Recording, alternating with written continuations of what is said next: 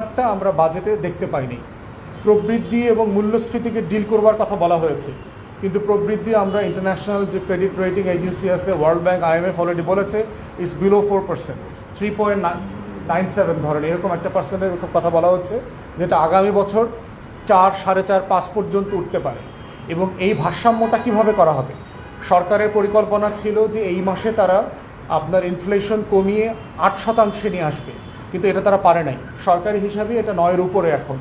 তাহলে সেই জায়গাতে যে মনিটারি পলিসি যে চেঞ্জ করা দরকার এবং কোথায় কোথায় চেঞ্জ হবে তার কোনো গাইডলাইন আমরা এখানে দেখতে পাইনি। তো সেই জায়গাতে আমরা আশা করি যে অর্থ উপদেষ্টা যে আগামী দিনগুলো যেগুলো আসছে, সপ্তাহগুলো আসছে, এখানে তারা সেই গাইডলাইনটা তারা প্রকাশ করবেন। এরপরে হচ্ছে যে আমাদের বাজেটের যে আয় 5 লক্ষ কোটি টাকার উপরে মানে বলা হচ্ছে তারা আয় করবে। কিভাবে করবেন? এটা এই আয়ের লক্ষ্যমাত্রা তো আমরা গত দশক পর দশক দেখতে পাচ্ছি। আমার রেভিনিউ কালেকশন কখনোই 3,25,000 কোটি টাকা বেশি হয় নাই। তো সেইখানে আমার প্রবৃদ্ধিকে বলা হচ্ছে এটা 4